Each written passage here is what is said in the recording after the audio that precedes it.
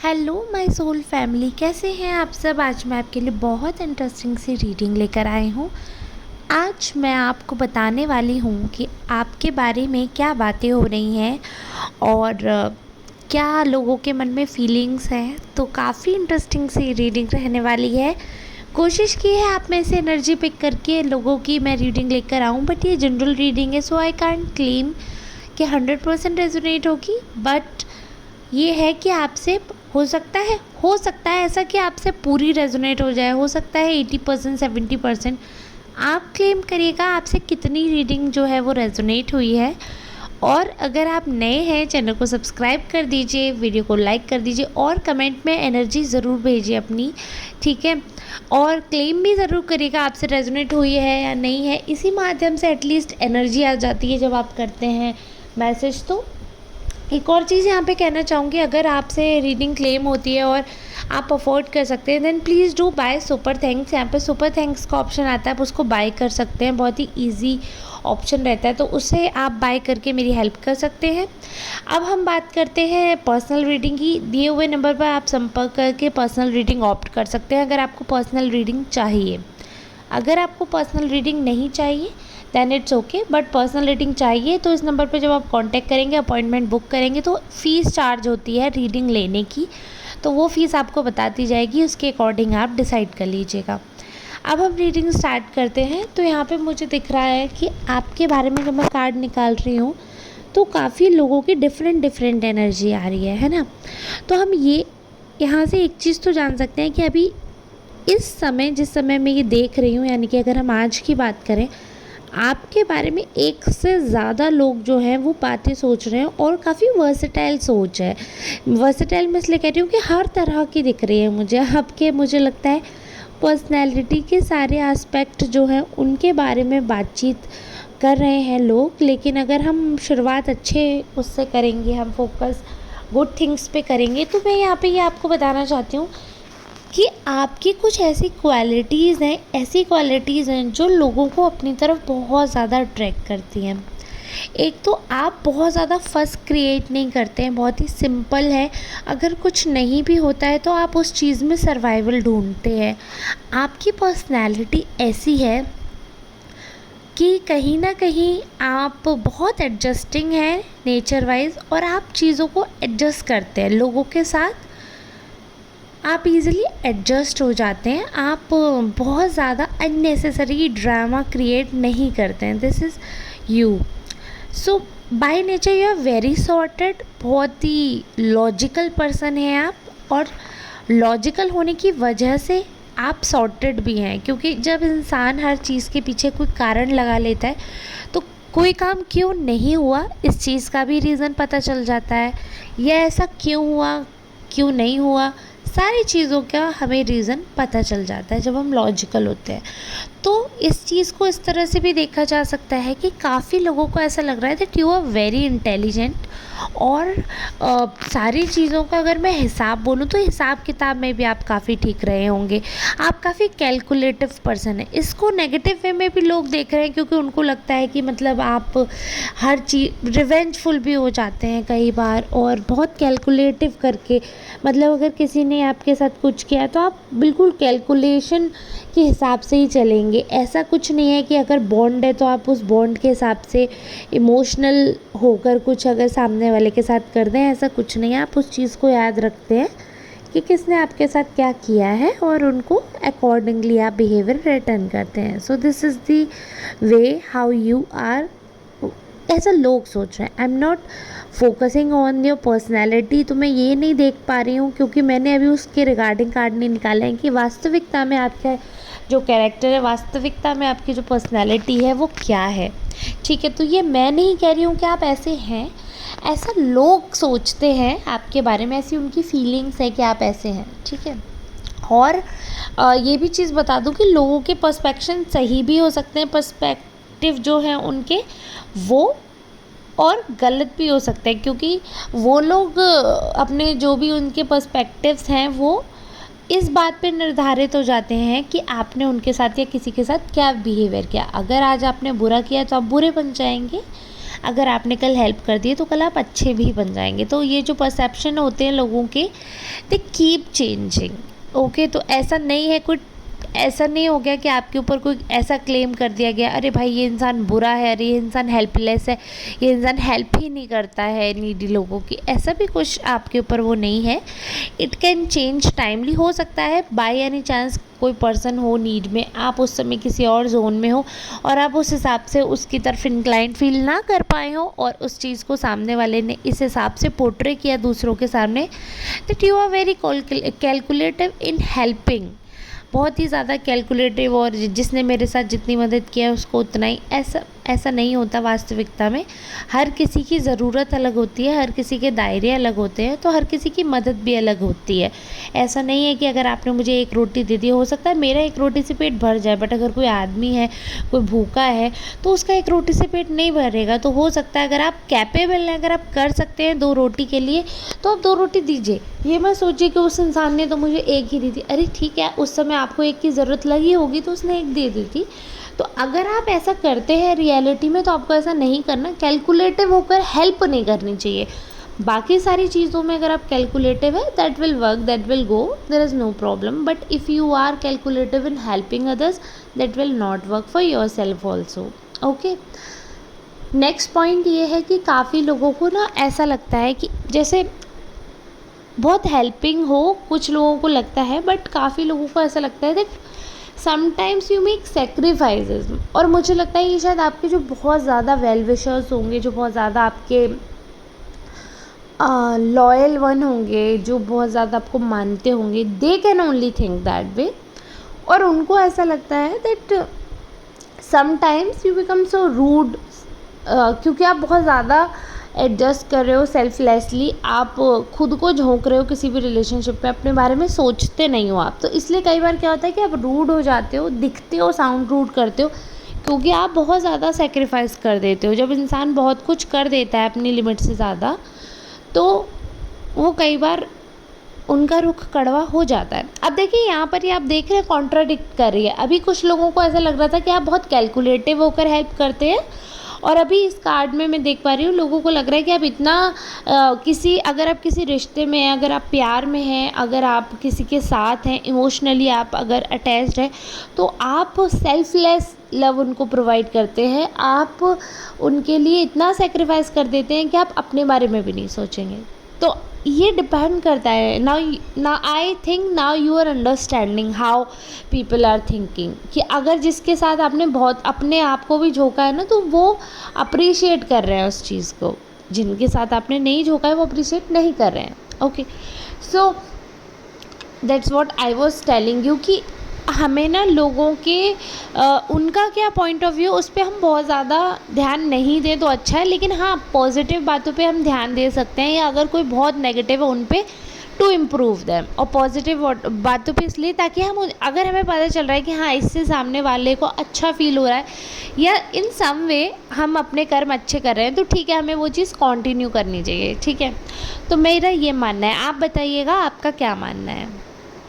अब हम बात करें अगर बाकी चीज़ों की, तो आपके बारे में कोई ऐसा पर्सन है जिसके साथ आपका अभी कोई ऐसा रिलेशनशिप है जिसमें थोड़ा उनको बटरफ्लाई टाइप फील हो रहे हैं टमी में, और बहुत ही अच्छा, मतलब उनको ऐसा लग रहा है that this is the new relationship. और भले ही अगर ये आपका पुराना रिलेशनशिप भी है, बट उस पर्सन को रीबर्थ दिख रहा है, मतलब वापस ऐसा लग रहा है कि आपके साथ एक नया जन्म हुआ है। या तो ये होगा कि ये पर्सन ही बिल्कुल नया है आपकी लाइफ में और बहुत ही ट्रॉमा से गुजरा हुआ पर्सन है, या आप भी एक ट्रॉमा से गुजरे हुए हो। Now 2 broken souls are making to a complete souls, मतलब आप 2 टूटे लोग आपस में जुड़कर एक कंप्लीट फैमिली बनाने वाले हो। या तो ऐसा सीन है, या फिर ऑलरेडी आपका इस पर्सन से लड़ाई झगड़ा चल रहा था, ब्रोकन मैरिज थी, ब्रोकन रिलेशनशिप था, आप वापस आ रहे हो, रीयूनियन हो रही है। ओके, सो रीयूनियन भी एक तरीके से वो रीबर्थ की तरह दिख रहा है यहाँ पर। क्यों? क्योंकि हर चीज़ का एक, जब नया रिश्ता होता है ना, तो उससे शुरुआत से करना चाहिए, बिल्कुल ज़ीरो से। आप पुरानी सारी चीज़ों को डिलीट कर दीजिए अपने दिमाग से, उनके दिमाग से। कोशिश करिए अगर आप वापस किसी रिलेशनशिप में जा रहे हैं, तो वहाँ पे पुरानी कोई भी गंदगी, कोई भी पुरानी गंदी याद नहीं नहीं होनी चाहिए जो आपके नए रिलेशनशिप को ख़राब करे। It goes with a new person also. अगर आप नए पर्सन के साथ जा रहे हो तो बहुत ही ज़रूरी है पुराने पर्सन की सारी यादें, अच्छी बुरी सारी यादें आप डिलीट कर दीजिए। बिकॉज़ अगर आप नहीं करते हैं ऐसा तो अनजाने में यू सेट अ बेंचमार्क। आप एक उनकी अच्छी, क्योंकि जब आप सामने वाले के साथ हैं, उनके साथ आपकी लड़ाई हो गई, उस समय आप उस लड़ाई के मोमेंट पे आप याद कर रहे हैं पिछले वाले का सबसे अच्छा मोमेंट। अरे भाई ये कैसा कंपैरिजन है। आप ये सोच रहे हैं कि अभी जो प्रेजेंट में मैं हूँ, ये इंसान लड़ाई में इसने मुझे अब्यूज़ किया, ठीक है, या इसने लड़ाई में मुझे उल्टा सीधा बोल दिया, और आप याद करें कि वो इंसान जो था वो मुझे डिनर पे ले जाते थे, ये वो मेरे लिए खाना बनाती थी, या आप ऐसा सब याद करें। अरे वो मत याद करो, आप ये सोचो लड़ाई में वो कैसे थे। अगर आप कंपैरिजन भी करते हो ना तो आप क्या करते हो, एक इंसान का अच्छा वक्त का एक इंसान के बुरे वक्त से कंपेयर करते हो। तो इसलिए बेंचमार्क सेट करो ही मत, क्योंकि हर इंसान अलग होता है, हर इंसान अपनी पर्सनैलिटी लेकर आता है, तो कंपैरिजन कभी ड्रॉ हो ही नहीं सकता। क्योंकि वो जब आप उस फेज़ में होते हो ना तो आप सिचुएशंस नहीं देख पाते हो कि इस सिचुएशन में वो पर्सन क्या करता, वो नहीं देखते हो। आप ये सोचते हो अरे वो इंसान ऐसा था, मैं यहाँ फंस गई, अगर उसके साथ या फंस गया, अगर वहाँ होते तो ऐसा होता ही नहीं। ऐसा कुछ भी नहीं है। पास्ट से आपको वापस आना पड़ेगा। और ये भी ज्ञान मैं अपनी तरफ से नहीं दे रही हूँ सर मैम, मैं आपको बता दूँ, जिनको ऐसा लगता है कि अपना ज्ञान बहुत देती हैं, तो मैं आपको ये चीज़ बता दूँ, मैं ज्ञान नहीं देती हूँ। कार्ड्स में आता है, मैं कार्ड्स के भले ही आपको नाम नहीं बताती हूँ, क्योंकि I think that this is my work, तो मुझे कार्ड्स पता हैं। बट शायद आप में से कई लोग होंगे जिनको कार्ड के नाम से नहीं समझ आएगा क्या है, तो मैं एक्सप्लेन करने लग जाती हूँ, ठीक है। तो ये मैं एक्सप्लेन भी वही कर रही हूँ कि ये प्रॉब्लम आ सकती है। लोगों को ऐसा लगता है, लोग अज्यूम करते हैं, बिकॉज़ हम एट द एंड हम यही तो देख रहे हैं ना कि लोग आपके बारे में क्या सोच रहे हैं। तो ये कार्ड ये हमें बता रहा है कि काफ़ी लोगों को ऐसा लगता है कि आप जब नए रिलेशनशिप में भी आ रहे हो, या अगर आप वापस रियूनियन भी कर रहे हो, या किसी के साथ आप मिल रहे हो, तो उनको लगता है कि आप पास्ट लाइफ से वापस नहीं आ पाते हो। मतलब जो आपका बीता हुआ कल है, आप उसमें फंस कर रह जाते हो। तो ये चीज़ लोग सोच रहे हो, ये चीज़ उनके मन में डर की तरह दिख रही है कि आप बिल्कुल भी आगे नहीं बढ़ते हो उन चीज़ों से, आप वहीं स्टक रहते हो, क्योंकि आपने सेल्फलेस चीज़ें की होती हैं, तो आपको बढ़ने में बहुत समय लग जाता है। बट मेरी दोस्तों, मेरी प्यारी सोल फैमिली, जो ये ज़िंदगी है ना, ये बहुत छोटी है और बहुत अनप्रेडिक्टेबल है। ये ज़रूरी नहीं है कि कहते हैं कि मनुष्य की उम्र 100 साल होती है, अब के मनुष्यों की उम्र 70 साल भी हो जाए तो बड़ी बात होती है। अब जो जनरेशन आ रही है, मैं उनकी बात कर रही हूँ। अगर आप पुरानी जनरेशन से हैं तो वेल एंड गुड, लेकिन फिर भी मतलब बहुत हार्ड है। लोग हेल्दी वे में अगर 80 तक टच कर रहे हैं, so you never know that you will going to live long like 80s, और आप अपने ग्रैंड पेरेंट्स की तरह लंबी ज़िंदगी जीने वाले हैं, या फिर आप you never know, life is unpredictable. Why to stuck in that place where you are not related anymore, right? तो वहाँ पे जहाँ पे आपकी ज़रूरत नहीं है, जहाँ पे आप नहीं रहे, वहाँ पे यादों में भी नहीं रहना। जिस इंसान ने आपको ज़िंदगी में नहीं रखा, जिस इंसान ने अच्छा नहीं किया, उसको आपको अपने दिल में जगह देने की, अपने दिमाग में जगह देने की कोई ज़रूरत नहीं है। जो इंसान अगर आपके साथ बुरा करे, just delete it right now, अभी डिलीट कर दो, ठीक है। और वैसे ये मैंने एक मूवी में देखा था, बट मैंने अपनी लाइफ में भी किया है। अगर कोई आपको बहुत कष्ट देता है और आप किसी से शेयर नहीं कर पा रहे हो, आपका मन भर गया और आपको लग रहा है आप इमोशनल ब्रेकडाउन हो रहा है, क्योंकि यहाँ पे मुझे ये भी दिख रहा है कि लोग ऐसा सोच रहे हैं कि आपका इमोशनल ब्रेकडाउन हो रहा है, और आपका फेस जो है वो ऐसा है कि आप काफ़ी मतलब एक बड़े उतार के बाद आप वापस, मतलब बहुत ही ज़्यादा आपने डाउन डेप्थ देख ली, बहुत ही बुरा फेस देखा, तो आप कहीं ना कहीं ब्रेकडाउन फेस है आपको, कि आप टूट जाते हो बहुत जल्दी। वो कहीं ना कहीं स्ट्रेंथ जो है वो ख़त्म हो गई है आपके अंदर। इस बारे में भी लोग बात कर रहे हैं। तो ये चीज़ का मैं आपको तोड़ बता रही हूँ, पहले से उपाय बता रही हूँ। ये उन लोगों के लिए जो वाकई में ऐसा है कि हाँ, बुरे वक्त से बेचारे टूट गए हैं, तो वो ये कर सकते हैं कि जब आप अपनी पुरानी, अपनी दुख की बातें किसी को मत बताओ। अगर आपको लग रहा है कोई ऐसा पर्सन नहीं है जो आपकी बात अपने तक रखे, तो किसी को मत बताओ। तो आपको करना क्या है, आपको कागज़ पे सारी चीज़ें, जो भी आपके दुख है वो सारी चीज़ें लिखनी है, और कोई ना देख रहा हो उस मोमेंट पे उसको जला के फ्लश कर दो, ठीक है। और अगर गैस पे जला रहे हो आप, तो जला के वहीं रख लो, बाद में डस्टबिन में डाल देना उसको, ठीक है। ये बात मैंने एक मूवी में देखी थी, बट मैंने ये रियल लाइफ में भी किया है। क्योंकि देखिए होता है, हम कई बार ऐसा होता है कि हमें कोई बात बुरी लग जाती है, मैं बहुत छोटा सा एग्जांपल दे रही हूँ, जैसे हमें अपने पेरेंट्स की बात बुरी लग गई फॉर एग्जांपल, उन्होंने हमें चिल्ला दिया, उन्होंने हमें कुछ कह दिया है, उनका कोई एक्शन है जिससे हम हर्ट हो गए। अब पेरेंट्स ऐसे होते हैं, उनकी बुराई आप किससे करोगे? आप अपने पार्टनर से कभी पेरेंट्स की बुराई नहीं करनी चाहिए। तो आप पार्टनर से नहीं कर सकते, फ्रेंड से कभी बुराई नहीं करनी चाहिए, क्योंकि कोई सगा नहीं है, आपके माँ बाप से ज़्यादा सगा आपका कोई नहीं है, ठीक है, जिन्होंने आपको पैदा किया है, जो आपके लिए एज अ क्रिएटर, यूनिवर्स का क्रिएटर जो है उसको तो आपने देखा नहीं, लेकिन आपका क्रिएटर जो है वो तो आपने देखा है ना, तो आप उसकी बुराई कैसे कर सकते हो, उसका दिल कैसे दुखा सकते हो?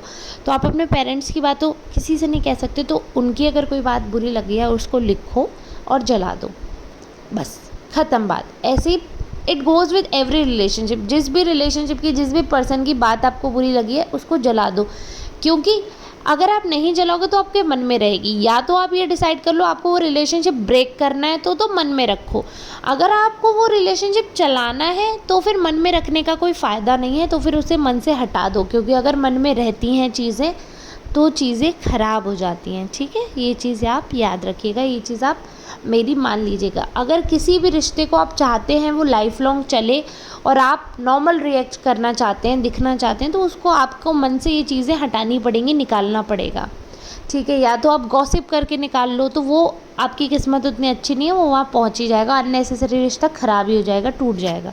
तो बेटर है लिख कर आप वो कर लो। और ये सारी चीज़ें मैं किस्मत वगैरह इसलिए बोल रही हूँ क्योंकि कार्ड में मुझे यहाँ पर दिख रहा है कि लोगों ने आपको बिट्रे किया और लोग इस बारे में डिस्कस कर रहे हैं कि आप बहुत लॉयल हैं, बट लोगों ने आपको बहुत डिसरिस्पेक्ट दी है, बहुत मतलब आपके साथ धोखाधड़ी हुई है, आपको धोखा दिया है, लोग इस बारे में बात कर रहे हैं।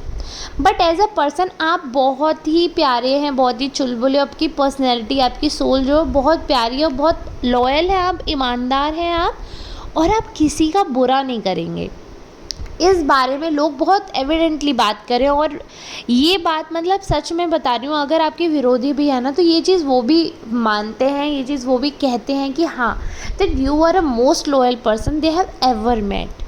आपके जितने लॉयल पर्सन से वो अब तक नहीं मिले, और आपने अपनी तरफ से स्टार्टिंग कभी भी किसी चीज़ की नहीं की, चाहे वो चीटिंग की हो, चाहे वो ब्रेकअप की हो, आप अपनी तरफ से हमेशा रिश्ता निभाने के बारे में ही थॉट्स रखते थे और उसी वे में आपने काम किया, आपने बहुत एडजस्ट भी किया, तो लोग आपको अप्रिशिएट कर रहे हैं, ठीक है। तो ये रही आज की रीडिंग मेरी तरफ से। आई होप आपके काफ़ी सारे जो भी चीज़ें थी, डाउट थे, वो मैं क्लियर कर पाई होंगी। इफ़ एनी वे में मैं आपकी हेल्प करती हूँ, मेक श्योर टू कमेंट। अगर आप लोग देखते हैं वीडियो को, अगर आप लाइक करेंगे तो आपका तो कुछ नहीं जाएगा, बट मुझे बहुत हेल्प मिलेगी, मेरे चैनल आगे तक जाएगा, लोगों तक हेल्प होगी। आपका छोटा सा एक्शन हो सकता है किसी को ये मैसेज, ये जो वीडियो है अचानक से पहुंचा दे और उनकी हेल्प हो जाए, तो आप शेयर भी कर सकते हैं। चैनल को सपोर्ट करिए, प्यार दीजिए ढेर सारा, जैसे कि आप सब देते हैं। नए लोगों से निवेदन रहता है, जो भी मेरी पुरानी सोल फैमिली है उनको तो पता है कि हाँ ये हमारी मैम है, इनका तो चैनल हमने सब्सक्राइब कर रखा है, लाइक करना, तो वो लोग तो रेगुलर कमेंट करते हैं। बट नए लोगों से मेरा एक्सपेक्टेशन रहता है कि आप लोग भी करिए, ठीक है। अब हम मिलते हैं नेक्स्ट रीडिंग में। यहाँ तक जो लोग भी देख रहे हैं उन सबको मेरा बहुत सारा थैंक यू और आशीर्वाद देने के लिए शुक्रिया। मैं माता रानी से दुआ करूँगी कि आपकी सारी दुआएं कबूल हों और आपका दिन बहुत शुभ रहे, मंगलमय रहे। मिलते हैं नेक्स्ट रीडिंग में, तब तक के लिए आप सबका बहुत बहुत धन्यवाद।